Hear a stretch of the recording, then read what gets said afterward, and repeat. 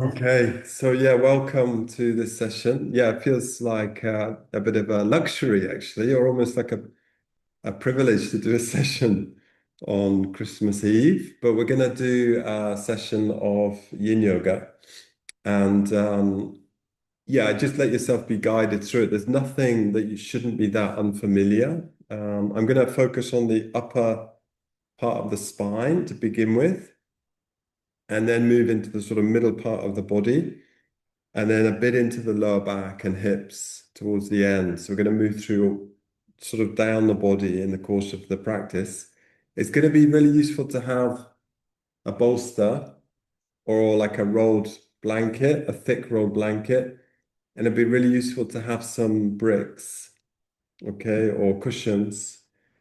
And I just like you to take it easy. Yes. This is going to be the last class actually of 2025 by the looks of it. So here we go. Okay, so I'm gonna ask you to come down into Supta Baddha Konasana with the roll to start working into the upper spine.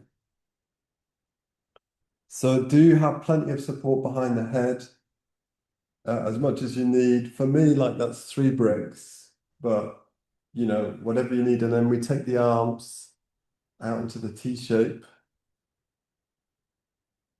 and we'll use this pose as an arriving pose and a chance to connect with, I guess, ourselves, but also with a sense of our practice,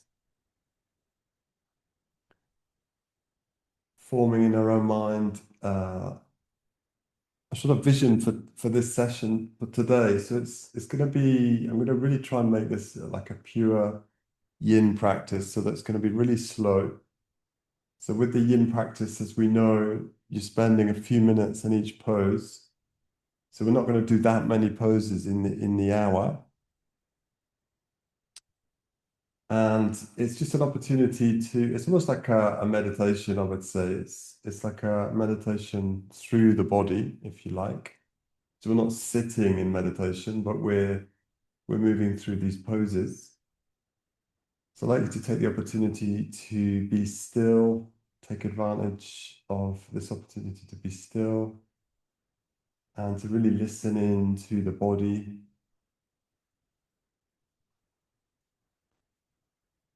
With no expectation or obligation. So I'd like you to, first of all, scan through the body. I get a sense of how you are this evening or this moment in the day.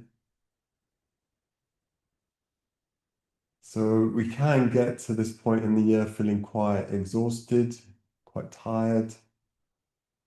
Just the rhythm of December can be like that.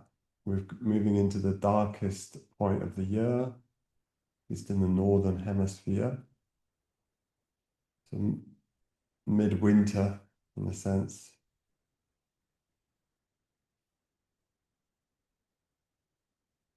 I'd like to, as it were, do an honest appraisal of how your body is right now. So noticing where it feels open, where it feels closed, noticing any tension or soreness, where it feels pleasant and released.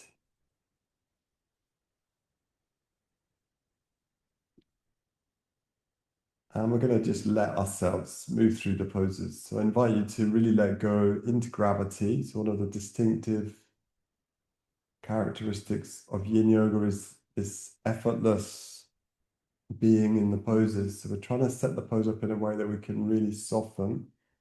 So it's really not a strengthening practice. I always say this, it's not a strengthening practice. So I wouldn't rely on it unless you've got a really active other life outside of yoga. You're not going to get stronger doing yin yoga. It will create space. It will help reduce tension. It will probably strengthen your energy body in a sense. Often, ironically, resting can be recuperative and restoring. but it's not going to be physically strengthening your body, like muscularly speaking. Okay. So we're deliberately and as fully as we can disengaging the muscle body and letting the pose or the shape of the pose soak into so-called connective tissues. It's like down through the fascia, the ligaments, tendons. And try to let the breath be free as well around the poses. So with this setup, we've got the feet together possibly. So you can feel that gentle stretch across the groins. We've got the bolster across the tips of the shoulders, so you should feel an extension through the upper spine. And you can explore, if your neck feels like it's releasing, neck and shoulders, you can reduce the support around the back of the head and take the neck into a little bit more of an extension, but be really gentle with the neck. So finding your level. So with this pose, you can have the head lower than the chest if it feels comfortable on your body, particularly on the neck. So you can even rest the head on the floor. The lower the head, the more intense the extension through the upper spine, but working intelligently, sensitively. Feel free to adapt the poses as we move through. So I'm just going to take 1 minute here with the head lower.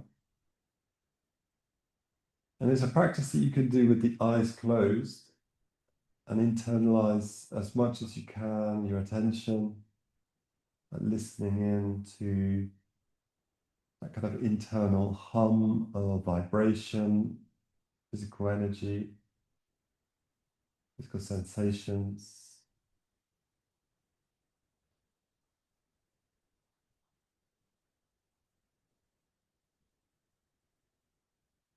Another option, just for the last few seconds, if you want to try taking the arms above the head on the floor or on the support, that will intensify the extension through the upper spine. That may or may not be accessible.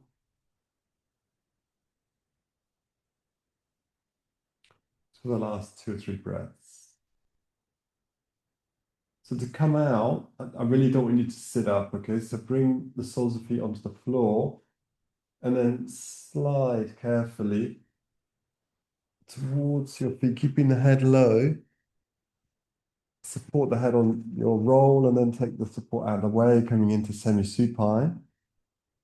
And I like to combine this pose with the lateral version. So we're going to turn onto one side. We're going to bring the bolster back in, or the roll. I'm going to go for a slightly deeper roll. So I'm going to prop up my bolster with a cushion, with a block. And then we need some sort of cushion for the head. So the idea is to bring the bolster just into the lower ribs. So I can, you can touch your ribs there. So just above the line of the lower ribs. And I think it's important to prop the head up because then there's a sense of continuity of the spine from the sacrum, lower back, mid-spine, through the neck, and then into my head being supported on the block. And then I'm going to bend up the lower arm, and you can reach out through the top arm, reach out and up to open the chest here. The legs are passive, they're just folded up, and then I'm dropping the upper forearm into the hand, the lower hand, if that makes sense, hopefully.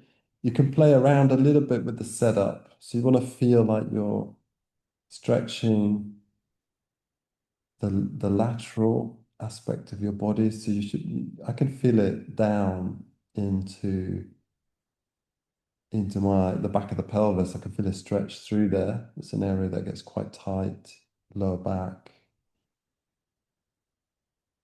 and around the sacrum. So I can feel it gently pulling through that area.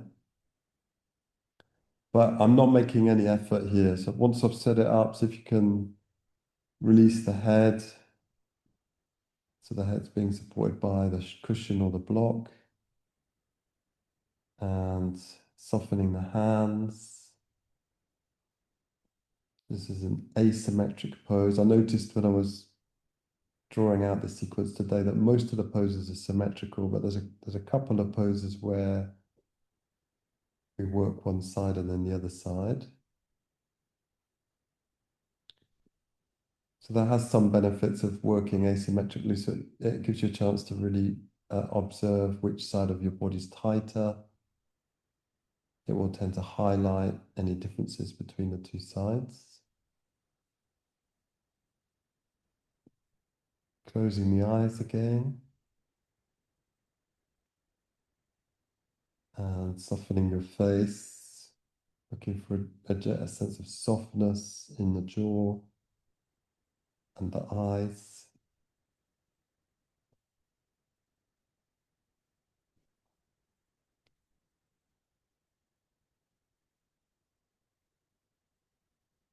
And one little adaptation or variation we could say is to gently have a sense of rolling back. It's almost like I'm turning the chest towards the sky.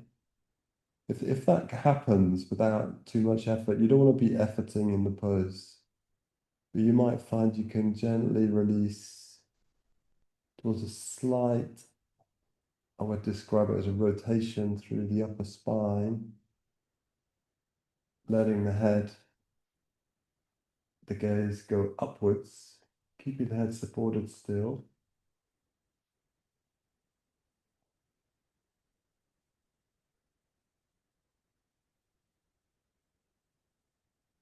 Really releasing, particularly the top arm from the shoulder,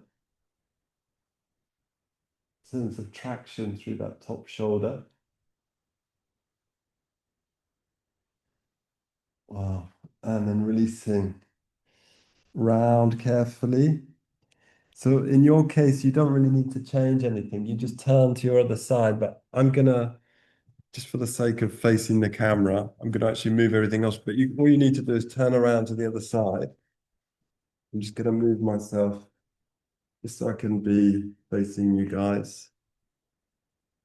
So the setup is exactly the same on the other side. Top arm can go up for a moment. So you're opening across the chest and then supporting the lower forearm and the lower hand.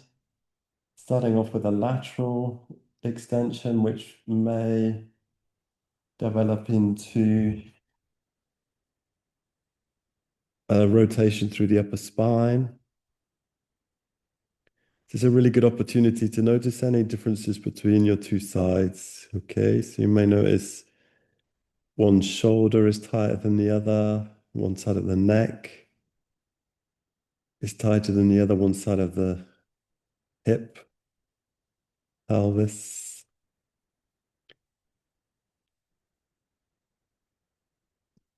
Often becoming aware of tension in the body can really help us to then start to be more creative with that tension, which can be painful. So if you're aware of it with a kindly attention, we've then got an opportunity to work more creatively rather than just ignoring and pushing through.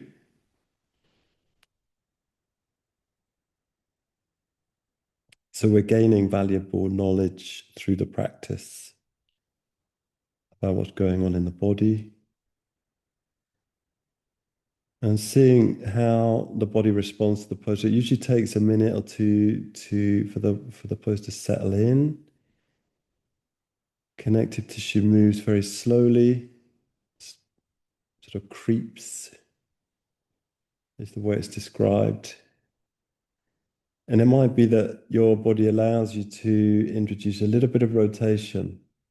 So without forcing, a little bit of rotation through the upper spine. So it's like I'm turning the top chest towards the sky, even the gaze slightly upwards.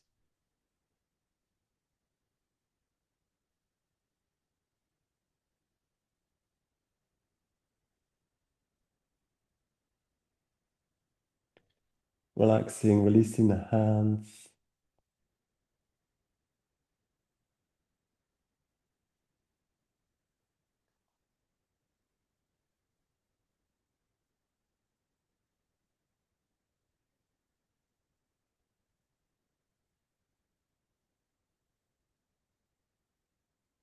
Softening the eyes, softening the jaw, softening the face.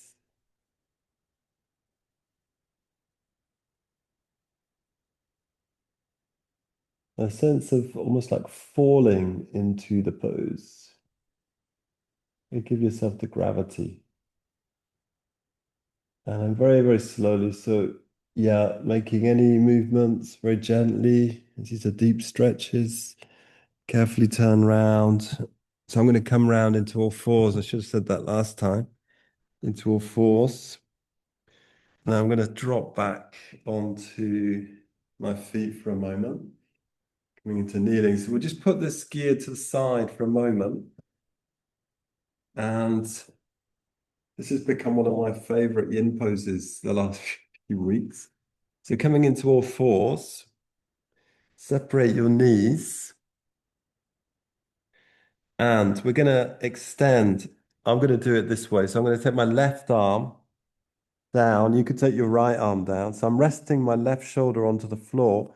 Then I extend my right arm above the head, straight in line with the body. So it's like you're almost making a right angle between the right and the left arm. So my left arm is going to out to the right, and my right arm is just shooting along above the head.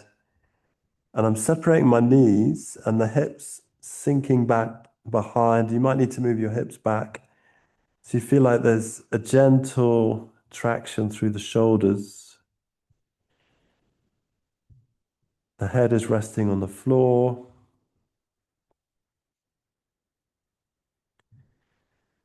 And we're again sinking into this. So if you can soften the hands, the shoulders.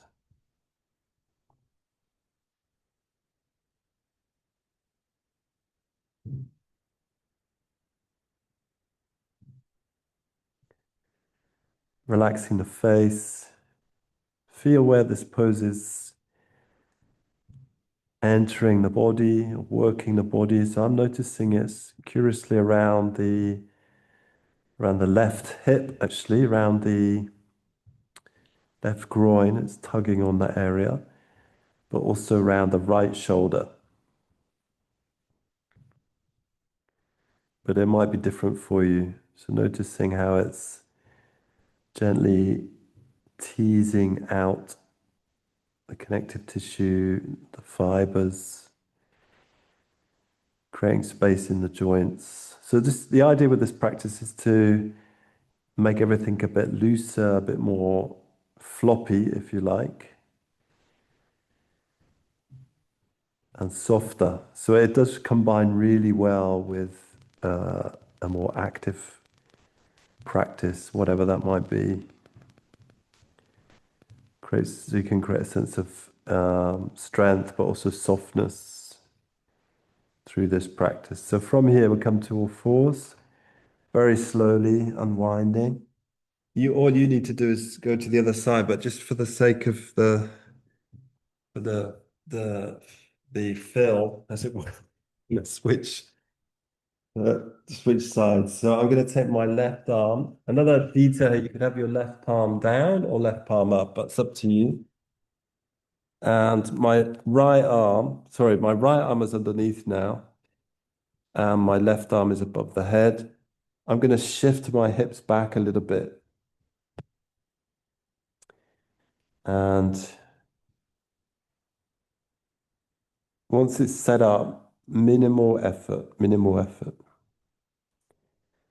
Almost like falling through the pose. My knees about hip width, maybe a bit wider than the hips. You can play with that. If you want to go for a wider knee position, you could explore that, see how that feels on the pelvis.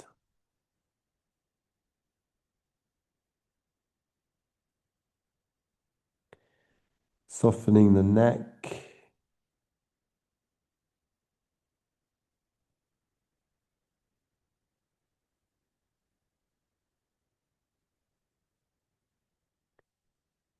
And once again, scanning through the body. And with this practice also is an opportunity to tune in with your mood and get a sense of the thread of emotions. This time of year can be really quite charged emotionally for all sorts of different reasons. So I'd like to explore that, move towards your experience. Give yourself permission.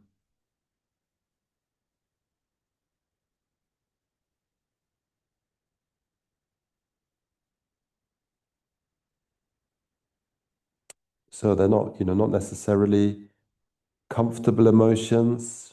Uh, some people love Christmas, some people hate it, let's face it. And there's a sort of wide variety of experiences in between. Mm. Okay, so from there, carefully unwinding, really almost like a cat moving very slowly. And from here, we're gonna set up, bring in our gear again. So this is a pose again I've been using quite a bit in my own practice. So I'm gonna make a tower of gear. So I've got the four bricks on the bottom and then the bolster on top. And I'm going to give you a few options, okay? So my the most intense option is going to be the Gumukasana arms. So I'll just show that. So the Gumukasana arms is where you hook the fingers. That's going to be one option. You could use a strap. And then if you don't want to do that, you can just do resting the elbows onto the support. So I've just got my arms like this. But if you want to go for the Gumukasana, then you can go for the Gumukasana. And then there's different ways you could be in all fours, but I'm going to suggest we do this from child's pose. And we'll do it twice on each side. So we're going to bring the forehead down and the elbow down, and then we lean in to the support. So this is pretty intense on the shoulders, huh? Hopefully the neck is fairly neutral, but it's intense on the shoulders. So any tightness you've got going on there will, yeah, you'll be aware of it. It'll be there. So if that's too intense, just come out and go for resting the forearms. So the other option is this. So I'll just rest the arms onto the support. That's much gentler, okay? But if you can, or if you want, should we say, try the Gumukasana version. Breathing, letting your belly rest on the thighs, connecting with the breath,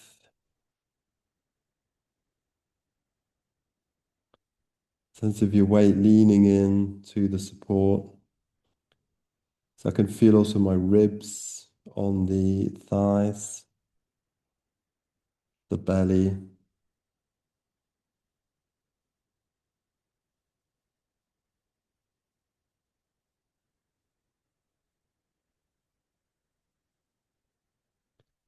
This is a powerful pose for the upper back and shoulders. Okay, let's come out. Inhale, coming up. We're going to switch sides. The same idea of placing the forehead and the elbow onto the top of the pile and breathe here. Again, if you want, feel free to just rest the elbows together onto the support.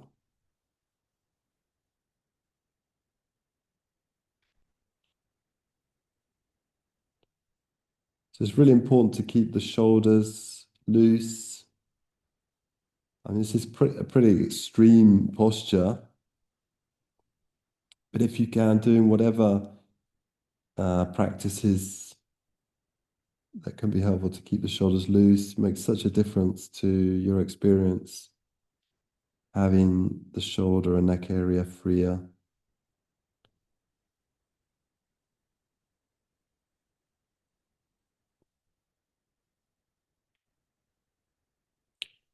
So the last few weeks, actually, we've been focusing on the upper back as well as other things, upper back and shoulders. Okay, from there on an inhale, carefully lifting up. So the second version, again, if you're happy with the Gomukhasana arms, that's fine. You can go back to the Gomukhasana arms. So the second version is we rest the elbows, but we let the head sink through. Okay, so actually, I'm going to suggest, unless you really want to do another Gomukhasana, you could do Gomukhasana where you release the head as well. So it's up to you. It's up to you. You could, yeah, that's also an option. I'm actually going to go with just both arms, just to be a bit easier on my upper back and shoulders. So I'm going to take both elbows. I'll remind you to switch in a minute or two, but the head comes through the support. It can rest on the floor if your tower is not so high. It's to work the shoulder and neck area a bit differently.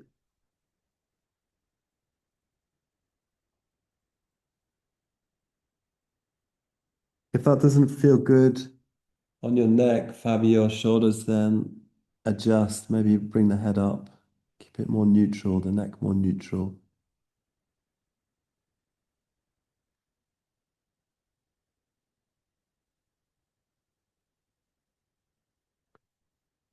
So I'm breathing, feeling the breath, feeling the belly on the thighs, the rib cage.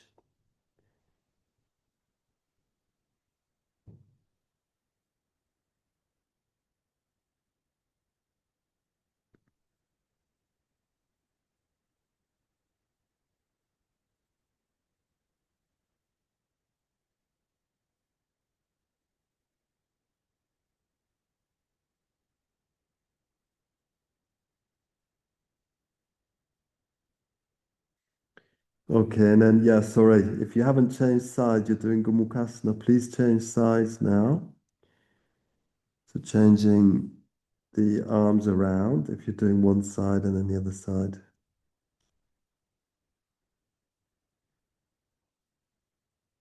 Again, there's a sense of like falling into the pose. Gravity is doing the work. All we're doing is we're setting up the alignment and then letting gravity work through us. So in some ways, it's outrageously simple practice.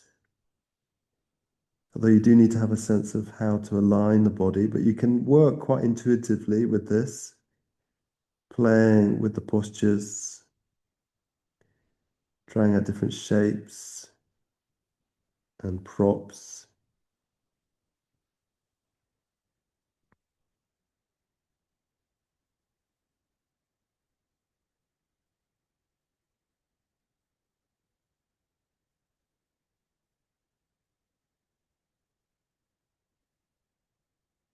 Okay, so that's probably not very equal, but yeah, if you're doing Gomukhasana, yeah, very slowly now, coming up. Wow.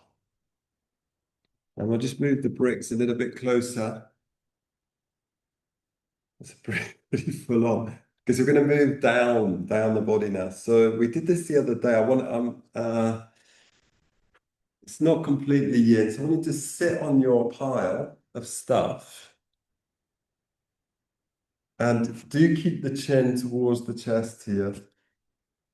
And then I'm gonna lower myself onto the hands.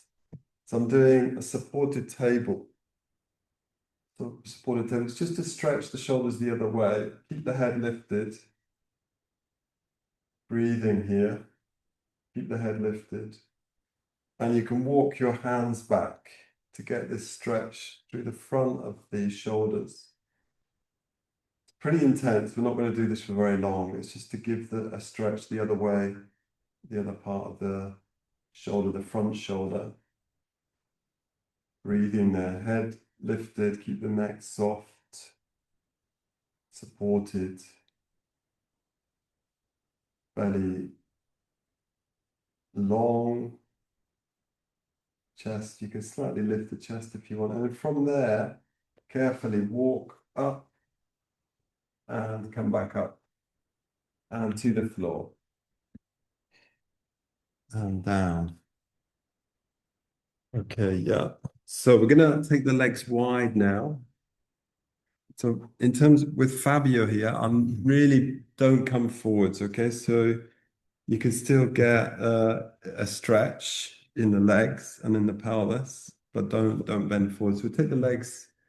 We've been doing this a lot, huh? In the it's been a bit my closing sequence the last few weeks with the Wednesday sessions. So I'm going to put a load of gear in front of me. Uh, I could probably even put more stuff in front of me, actually, bring the floor right up.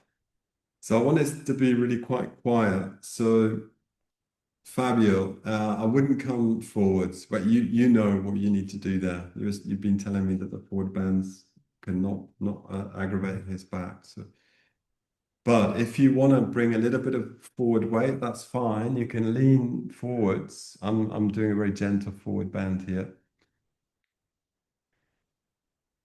and close the eyes. What I'm trying to elicit here is a stretch through the inner legs, mainly. And I'm letting the upper back, in my case, slightly tip forwards. So it's like we're doing the opposite to what we've just been doing the last few poses. You can close the eyes. Definitely got, for me anyway, I mean, it's just an image. I do feel like the yin practice has got a slightly a quality of devotion to it. I don't know why. Something about setting yourself up, being still, and then just listening to the sensations, the body,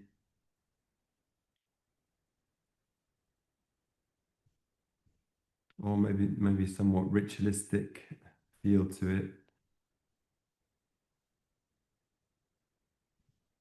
So do try and soften around the shoulders, the neck, which we've just been working really intensely the last few poses. And let your attention flow down into the legs. So I'm letting the legs be pretty much passive.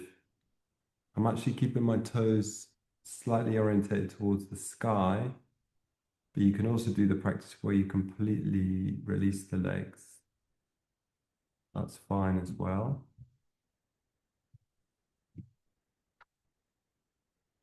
And maybe your body will release forwards, but with no sense of effort.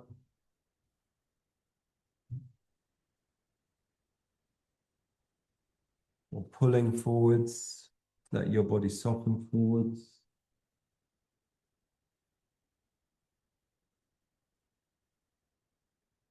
This is called dragonfly in the yin yoga practice.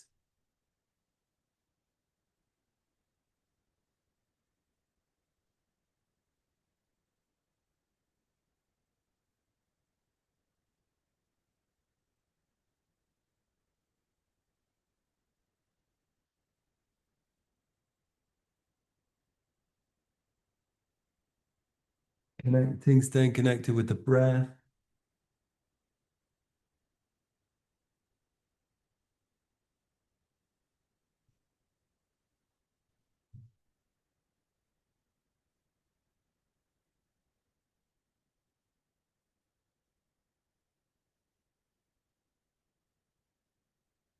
And then very slowly restacking the spine.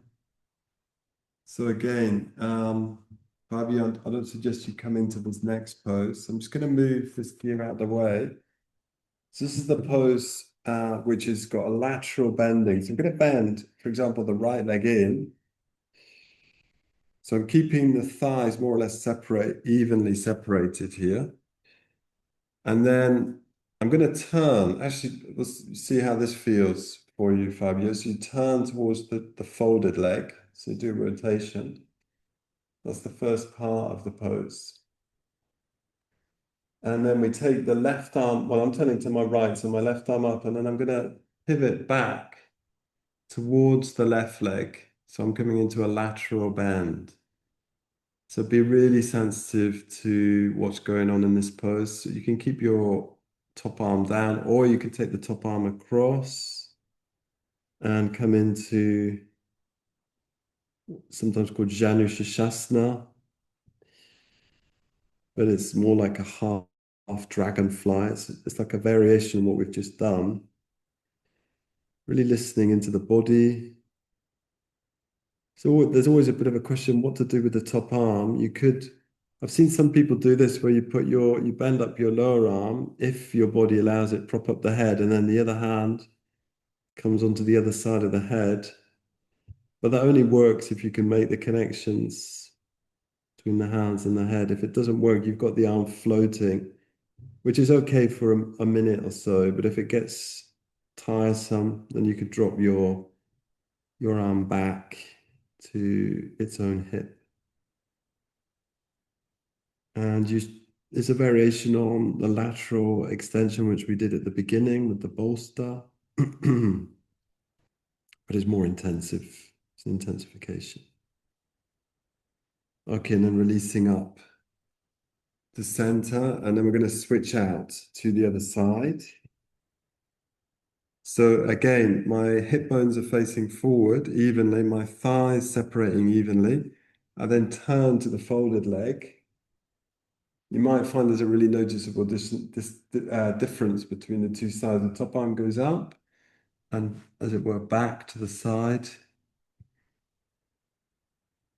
Try and be really light. So there's no pulling, relying more on gravity. If you want to take your top arm up, you can explore that with the variations I was just talking about with the hands. I think you just be careful, huh, Fabio? I can see you're doing a little bit of lateral bending there, so just be really sensitive.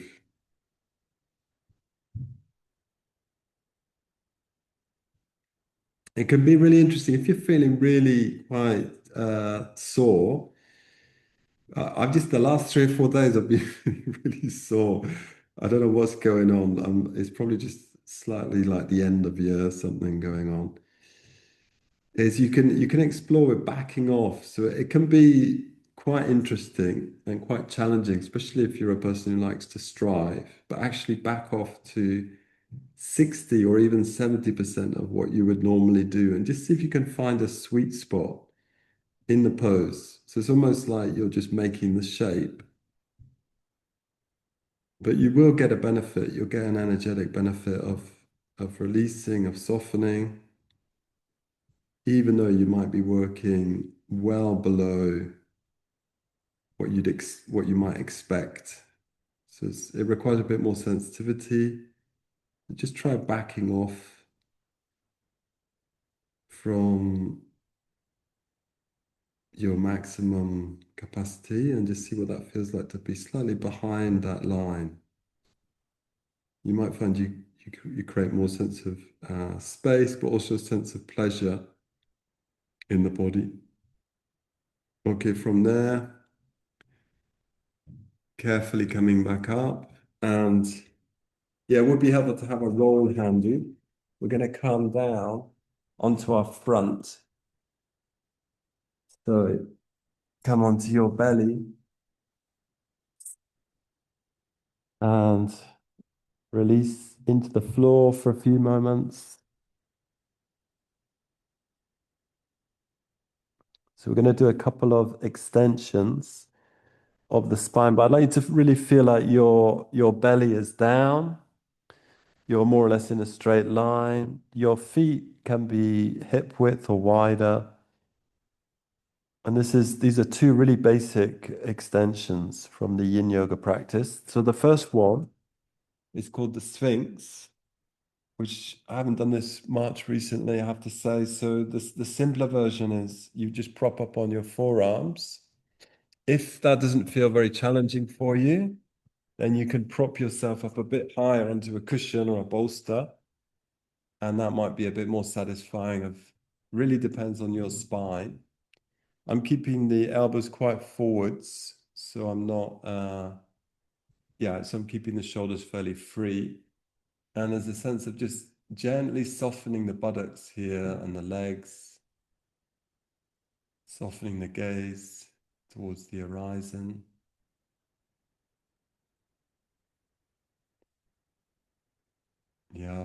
Be really sensitive with your lower back area because what we're doing now is we're compressing the posterior face of the spine and we're opening the anterior face.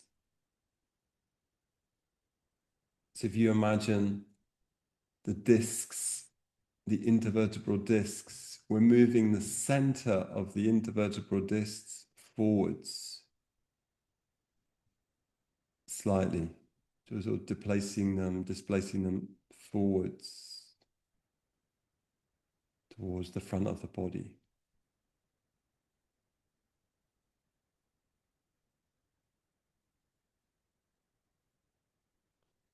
So I'm saying that because one of the common, disc protrusion is quite complicated business. This is where the intervertebral discs start to come out and press on the soft tissues around. The spinal column can aggravate nerves and so on. One of the more common directions that they go is back behind you. So actually this sort of pose helps to move the disc back in to its correct position. So it moves them forwards. Okay, let's release down. Listen in again to how that felt on the body. You have to work really gently with these poses. So listening in. So the second version, sometimes called the seal or like the walrus pose, because we're going to prop ourselves up on straight arms. So I suggest if you want a softer version here, keep the hands a long way forward. So you push up through the arms. There is a little bit of effort in the arms. You can even take the gaze up. It really depends on your spine. If you're really bendy, then you can bring your hands right back to the line of the hips. If you're feeling, if you just, you just have to find your levels. So you can come down and come back up a couple of times. If I'm just going to take it easy, so I'm keeping my hands way forwards. I'm getting this benefit of opening the chest, spinal extension, slightly take the gaze up. I'm not suggesting you spend 5 minutes here, just a minute or so. It's a powerful pose. See if you can soften the front of the pelvis, let the pubic bones sink.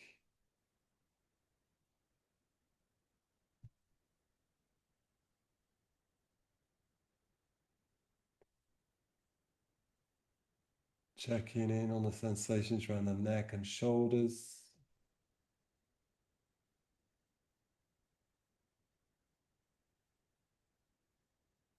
And release.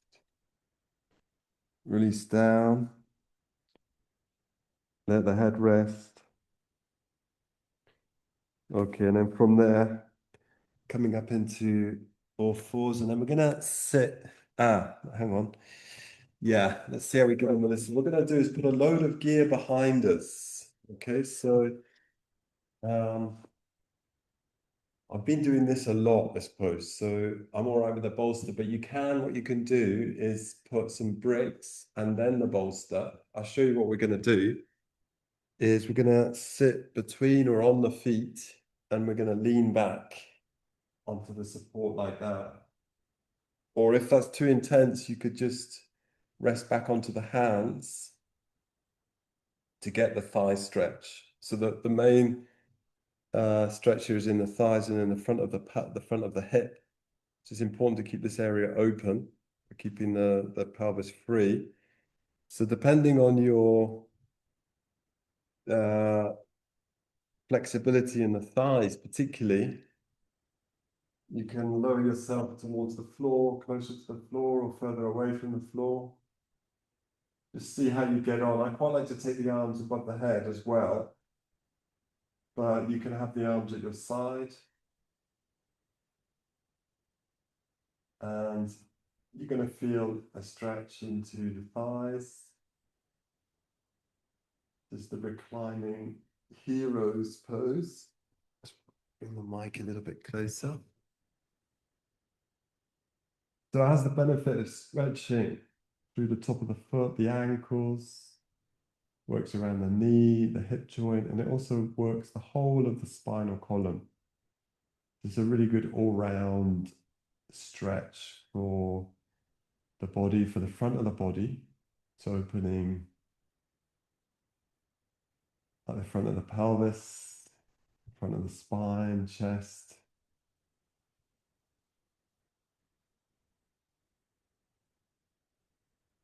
But if you're not doing it regularly, you'll find that you really meet a lot of intense sensation in the thighs. So you could always prop yourself up on your hands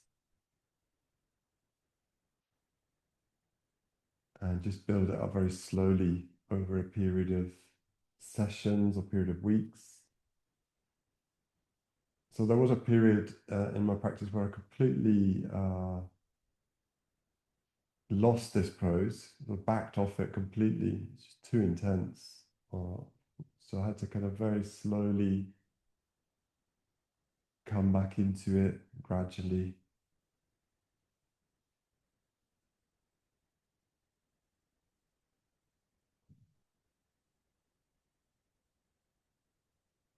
Over a period of weeks.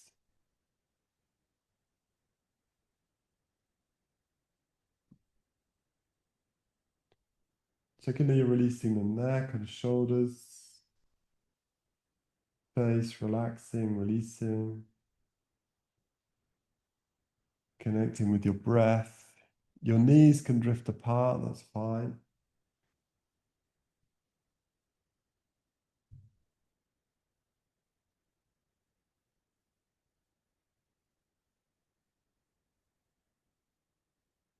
And to come out, one could spend longer there. To come out, just be really careful. So use your elbows underneath you to push back up, use your hands, and then carefully come off your knees and stretch one leg at a time behind you, like so.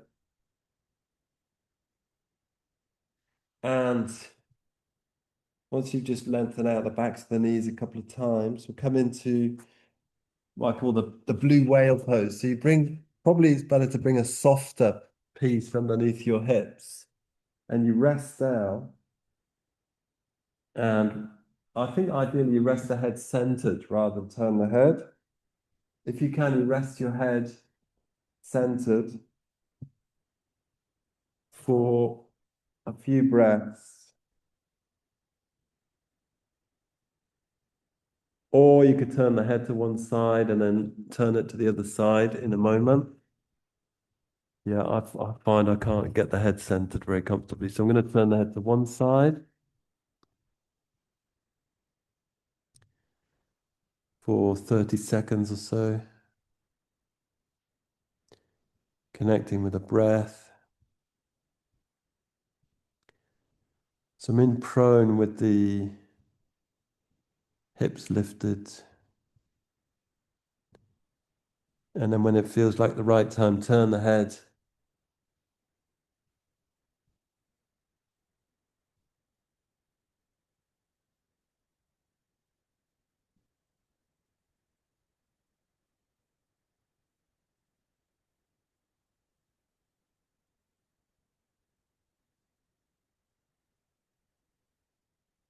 Okay. So we're going to come into the last couple of poses now. And so you're going to come round onto your back. Release completely. Practice. So I'm going to give you two options with the twists. Well, you could do both, or you could do one version twice. In fact, you could even have a third version. So let's do the first one. You're going to bring a cushion between the legs and then take the legs to one side, just so I don't come off the camera. And then the gaze goes away to the opposite side. And we'll take like 5 or 10 breaths in each version. Okay, so we're not going to spend ages in each one. Letting your body relax into the floor.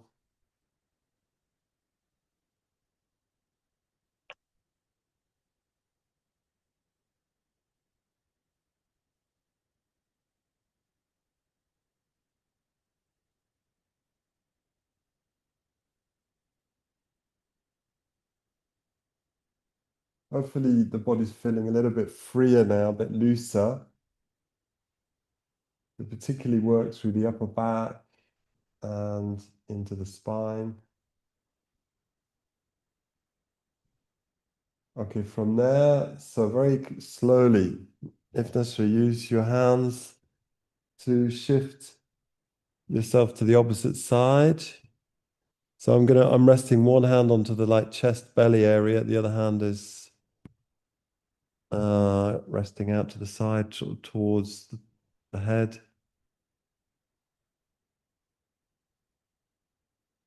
So this is quite useful trick if you do get like tension or discomfort around the lower back, sacral area, is to put a cushion between the legs, and you'll find that it helps to create a little bit of space. Obviously, it's creating space in the groins, but it sort of creates referentially space across the back of the pelvis. So we create space across the front of the pelvis. It can create space across the back of the pelvis. It's quite a useful trick if you do suffer from like congestion in that area or tension. Some people even sleep with a cushion between the legs. Can be quite helpful.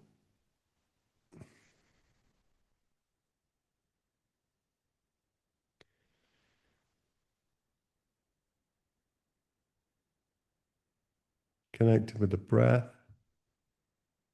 And 5, yeah, if you prefer keeping the head centered, that's fine as well. Okay, and then releasing back to center. So second version, if you want to, you could do that again. Second version is to wrap your forearm round the legs and go back to the first side. So it's a little bit more intense. And just see how you get on with that. So if you're going to put a cushion between the legs, it's going to have to be a smaller one, like a block.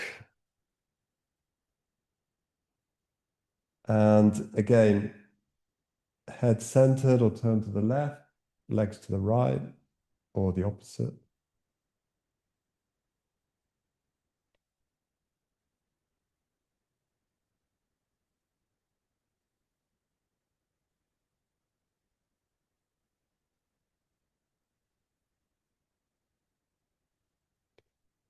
Checking in on your neck and shoulders, releasing there.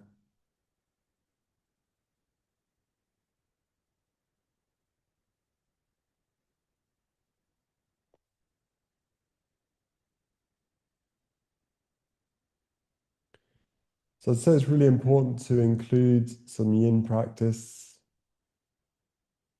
as like an alternative approach to your yoga. So, we can do strengthening practices.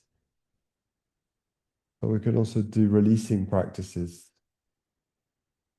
It gives you another perspective, another way of engaging with the yoga. Go carefully from there. Maybe to float the top leg up first, let the lower leg follow, switch to your other side.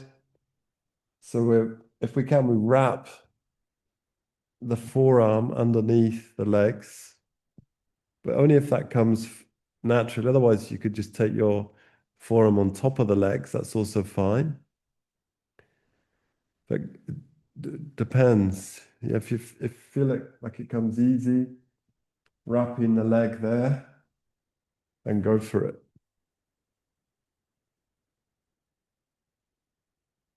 And it brings this way of working brings its own benefits. This is long, slow holds. It's one of the best ways to create space in the body.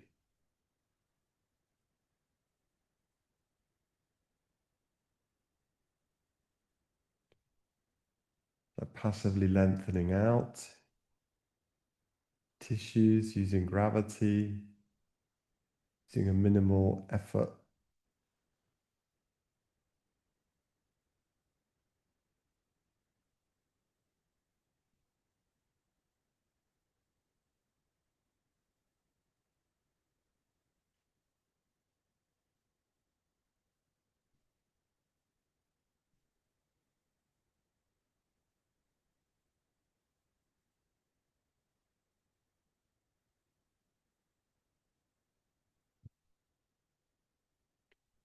And then again, release the top leg. So the third version is what I call twisted root, or what we call twisted root. So I'm going to bring my left thigh across the right thigh. So this doesn't work for everybody. I think it really depends a bit on proportion. But you're like interlacing your legs. It's a bit intense on the pelvis. I'm placing the hands around the back of the head, and then I'm floating the legs over to one side. And you can have the legs lengthened out, or you can have them more towards you. You can play with the angle there that the legs are placed. And you'll find that this pulls on the tissues around the pelvic girdle. So we've got several layers of connective tissue going through the pelvis, binding all the bones together and connecting muscles to bones as the tendons. You've got a lot of muscles and tendons moving through the pelvis. In a way, the pelvis is like our motor, it's like our engine. It's what moves us forwards and carries us.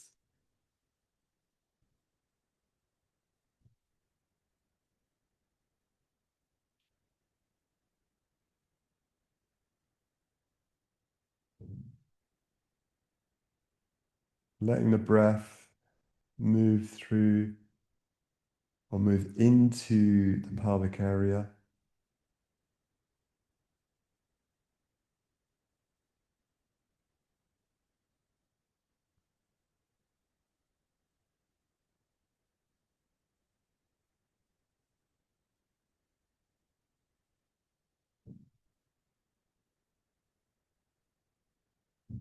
And then carefully unwinding. We're going to switch legs. So I'm now bringing my right leg on the left and go to the opposite side.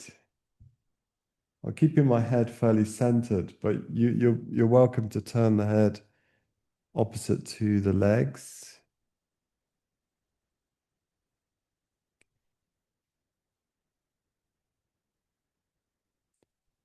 I'm placing my head into the hands. Elbows are going wide. You could also do this where you let the head on the floor, and like we did with the other versions, one hand onto the belly or the chest, one hand out to the side.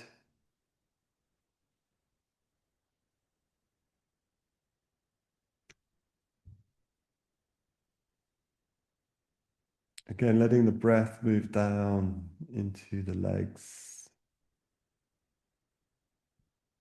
a sense of softening with each exhale.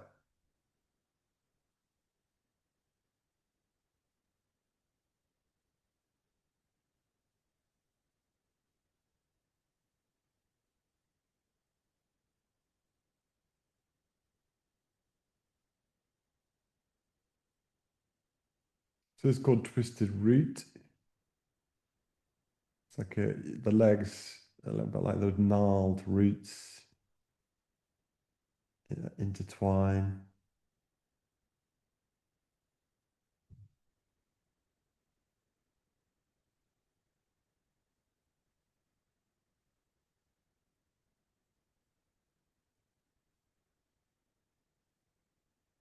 And then, yeah, I mean, I'm sure you could spend, if you're doing your own practice, just follow your intuition on the timings. Okay. I'm sort of doing that as well, but I don't want to go too slowly. So we're going to move back to center very slowly, and we're going to come into relaxation. So one of the, yeah, obviously we're not getting very warm by active movement here. You sometimes can feel like you generate heat in this practice, which is interesting. So I'm going to just use whatever props you want for relaxation. So I'm going to bring the bolster under the knees now and some support around the back of the head. And just really make sure you're not going to get warm. Like being cold, I mean, some people love it, don't they? But most people don't relax when they're cold. Okay, it creates a sort of tension in the body. So make sure you're going to be warm enough. And once we come down into the floor, I'd like you to think about spreading sideways and lengthways. So you can even separate your thighs a little bit. So your groins are open, and then the sacrum moves towards the feet. So I'm separating my knees are not too close together. And then I'm going to embrace and separate the shoulder blades, like bringing the middle of the spine, thoracic spine down to the floor, and release the arms. And then it's up to you. You can bring the hands onto the body or to the sides. And then think about picking up the head and lengthening out the neck area. And feeling the floor now. Noticing the floor, the coolness or the warmth of the floor, hardness or softness. And letting your weight sink in, even though it might feel like the body just feel a bit lighter, having moved through that practice, we've ironed out a few knots or unraveled a few knots in the body, hopefully. And completely releasing the legs, right leg, left leg, right foot, left foot.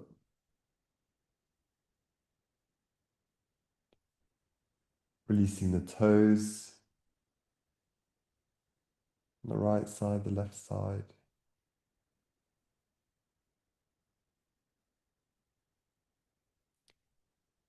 And taking awareness into the pelvis, groins, pelvic floor, genital area, sacrum, being aware of the pelvis as a whole, a sense of releasing.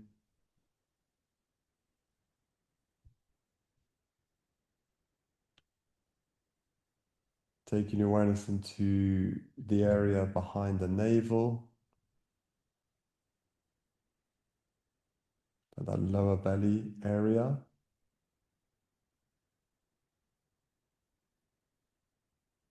Connecting with the sensations in these areas. And then into the area of the solar plexus, below the ribs.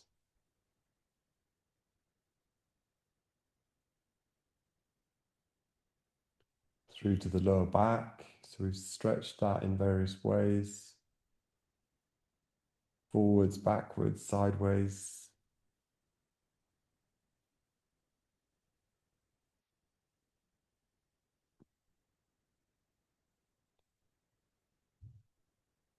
Taking your awareness now into the upper back, thoracic spine, around the shoulder blades. So we did a lot of work on this area to begin with. The first 4 or 5 poses are focusing on the upper back and shoulders. Feeling into that area across the collarbones, chest, sternum, left chest, right chest. And completely release the arms from the shoulder into the hands and release the fingers.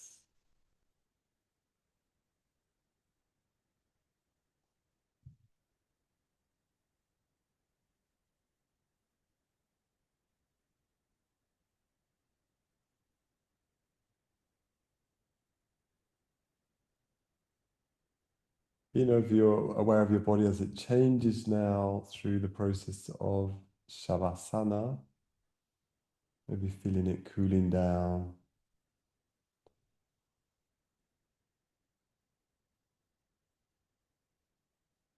And then coming into or flowing off the shoulders into the neck, base of the skull, the head,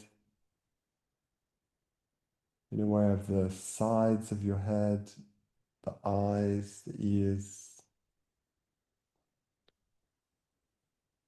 nose, jaw, the mouth.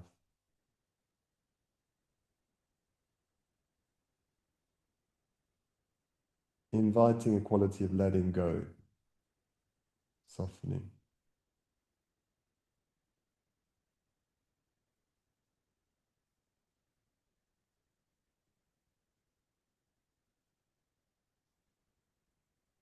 I'm just going to keep quiet for a couple of minutes, staying connected with the sensations or like the hum or vibration of sensations in the body, maybe the breath.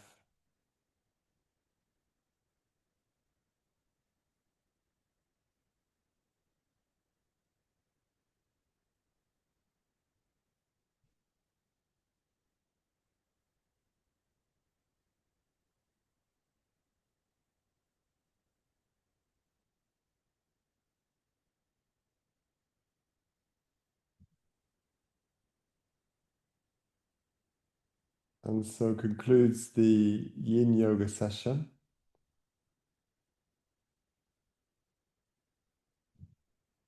for this evening for 2025. It's going to be the last class for 2025.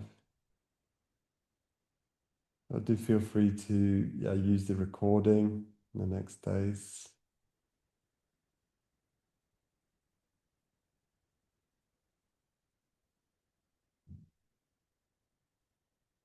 So I'm going to invite you to stay there a little bit longer, other than unless you want to move. When you do move the fingers and toes. Do turn onto one side before you sit up. Don't just sit up. Not really a good way to come up.